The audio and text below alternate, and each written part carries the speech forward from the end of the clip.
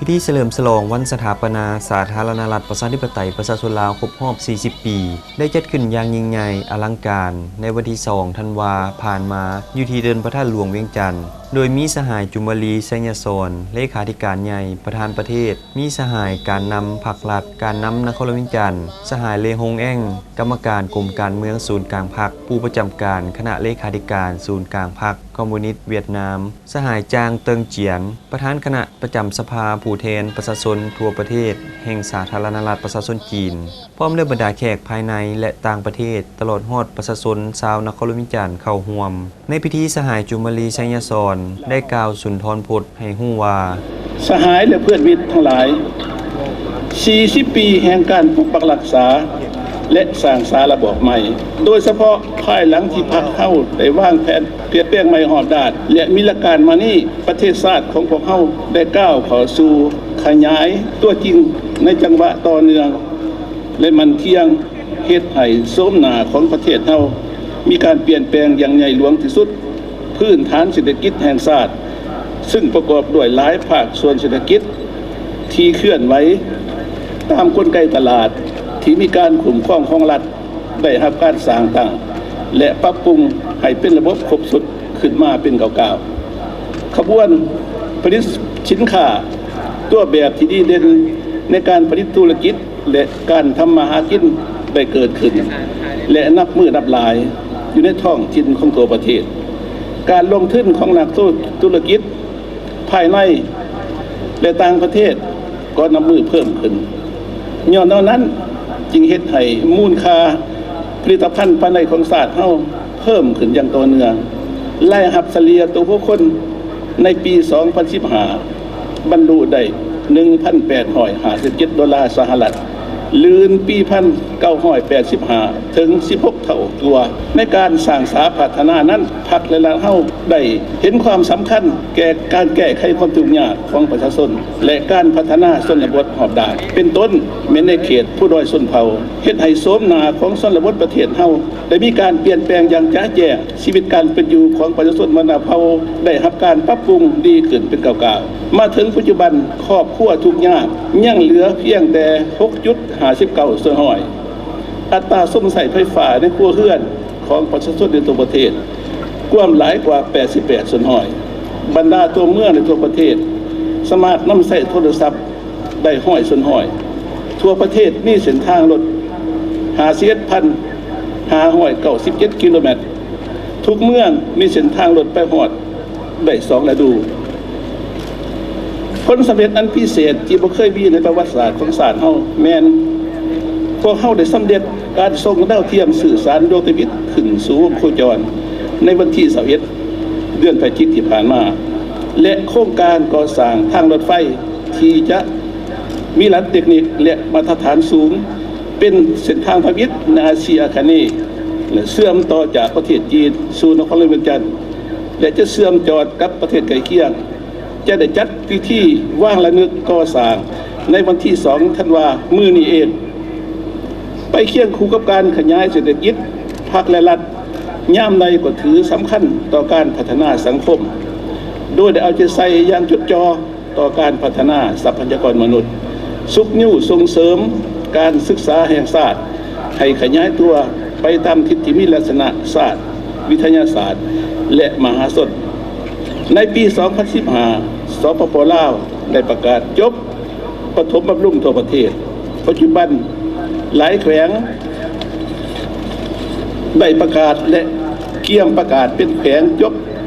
มัธยมต้นเป็นขบวนอย่างตานางบริการสาธารณสุขของรัฐและสังคมได้ขยายออกไปสู่หากฐานประชาชนสามารถเข้าถึงการบริการทางด้านสาธารณสุขประชาชนเกือบทุกบ้านได้นำใส่น้ำสะอาดบ้านแบบยางบ้านสาธารณสุขก็เพิ่มขึ้นอัตราการตายของแม่และเด็กได้ลดลงอย่างไรอายุยืนเฉลี่ยของคนลาวได้เพิ่มขึ้นมูลมรดกวัฒนธรรมอันดีงามของศาสตร์ได้รับการอนุรักษ์รักษาและสืบทอดเสริมขยายอุดมหังมีไปพร้อมกับการสร้างแบบแผนดำรงชีวิตที่สดใสก้าวหน้า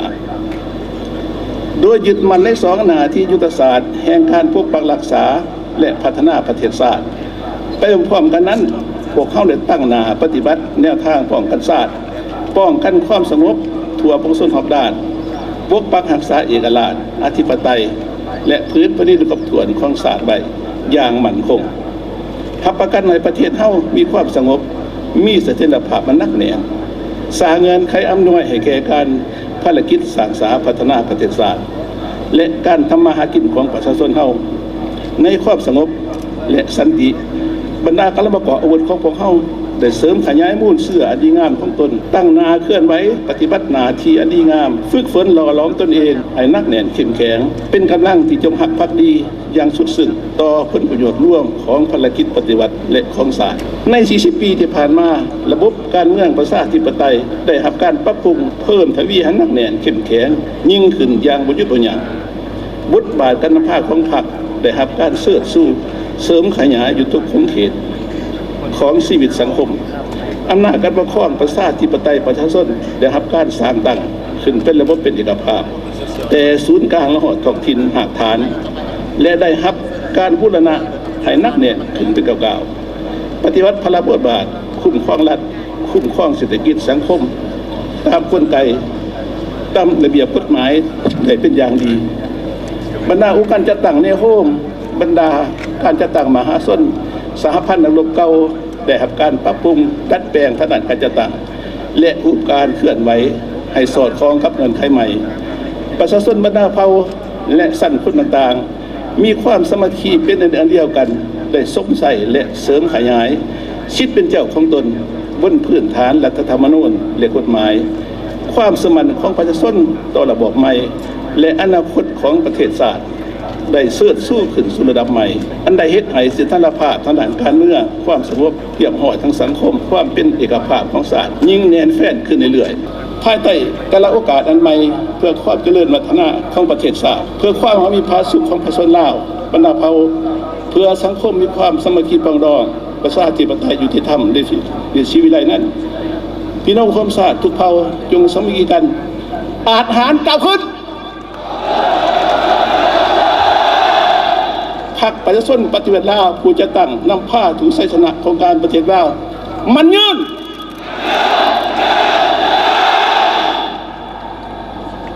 สาธารณรัฐประชาธิปไตยประชาชนลาวมันยืน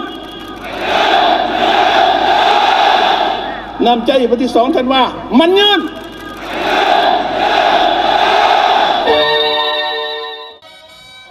ภายหลังประธานประเทศได้กล่าวสุนทรพจน์จบลงขบวนก้อนกำลังสวนสนามที่มีทั้งหมด 48 ก้อนใช้จำนวนพล 15,000 คนก็ได้เริ่มขึ้นโดยแบ่งออกเป็น 4 กลุ่มคือกลุ่มนักปฏิวัติอาวุโสบำนาญประกอบนี้ก้อนกำลังกาหมายฮักชาติก้อนฮูปผู้นำและก้อนธงชาติธงพรรคส่วนกลุ่มที่ 2 แม่นกลุ่มกำลังประกอบอาวุธประกอบมีทหารตำรวจมาในก้อนทุงไซก้อนกำลังทหารบกทหารอากาศทหารหาบก้อนกำลังตีพิเศษก้อนเหล่าหบรถตั้งงานเกาะเหล่าหบปืนใหญ่หน้าดินเหล่าหบป้องกันอากาศสร้างแสงกำลังสื่อสารและอื่นๆสำหรับกลุ่มที่ 3 แม่นองค์การจัดตั้งมหาชนเป็นต้นแม่นก้อนกำลังแนวราวสร้างชาติสหพันธ์นักรบเก่าศูนย์การสหพันธ์กรรมบาลชาวหนุ่มแม่หญิงเยาวชนกลุ่มที่ 4 แม่นก้อนกำลังของบรรดากระทรวงแขนงการต่างๆอ้อมข้างศูนย์กลางโดยปิดท้ายด้วยก้อนกำลังของนครวิจันทร์ที่มีความงดงามแสดงออกถึงเมืองหลวงเมืองใจกลางของประเทศซึ่งในแต่ละก้อนสวนสนามได้มีการแสดงผลงานที่ญาติมาได้ตลอดระยะ 40 ปีแห่งการสร้างสาพัฒนาประเทศชาติภายใต้การชี้นำอันสละซองใสของพรรคประชาชนปฏิวัติลาวผ่านการชุมนุมมีตติ้งและเดินสวนสนามสมเสยวันสถาปนา 40 ปีของสปป.ลาวของพวกเขานี่ข้าพเจ้าเห็นว่าได้ประสบผลสำเร็จตามระดับคาดหมายที่สุดเขาสังเกตเห็นได้ความพร้อมเพรียงกันของมวลชนที่เข้ามาชมในการมีตติ้งนี้เว้ารวมแล้วกำลังมื้อนี้ในการเฉลิมฉลองครั้งใหญ่ครบรอบ 40 ปีของพวกเขานี่มีเกือบฮอด 30,000 กว่าคนผ่านการเคลื่อนไหวแสดงเห็นได้ว่าพวกเขาปลื้มใจที่สุดและพออกพอใจถึงการแสดงกำลังป้องกันชาติป้องกันความสงบของเขาแม่นมีความเข้มแข็งพร้อมเพียงเฮียงหน้ากันแท้สมว่าแม่น 40 ปี กำลังป้องกันชาติป้องกันความสงบนี่มีความสามารถปกปักรักษาพื้นแผ่นดินของพวกเขานอกนั้นพวกเขายังได้เห็นว่าการแสดงผลสำเร็จของแต่ละภาคส่วนของแต่ละแขนงการนั้นมันยิ่งใหญ่แท้ใน40ปีผ่านมานี้มันเป็นผลสำเร็จที่น่าพึงพอใจมันได้กระทบถึงชีวิตการเป็นอยู่ของประชาชนพ้นจากความทุกข์ความยากอย่างพ้นเด่นที่สุดถือว่าเป็นการพัฒนาที่มหัศจรรย์ใน40ปีผ่านมานี่มาฮอดนี้แล้วการเฉลิมครั้งนี้แม่นยิ่งใหญ่เหมาะสมกับการขยายตัวที่ภายใต้การนำพาของพรรคเขาที่เข้มแข็งขึ้นตรงนี้ได้เฮ็ดให้นครหลวงพวกเขาแม่นเติบใหญ่ขยายตัวอย่างบ่หยุดบ่ยั้งสมเป็นนครหลวงของประเทศแท้คนนครหลวงก็แม่นได้มีการพัฒนาก้าวขึ้นมีทัศนาลักมั่นที่เข้มแข็งและเชื่อมั่นต่อการนำพาของพรรคและพวกเขาการนำนครหลวงอีกกันยังจะพร้อมกับประชาชนชาวนครหลวงอีก 800,000 คนก้าวขึ้นเพื่อญาติเอาชัยชนะที่ยิ่งใหญ่กว่านี้เพื่อเป็นของขวัญคณะรับต้อนวันสถาปนาสปปลาวครบรอบ50 ปีในต่อหน้าอีกเนาะขอขอบใจ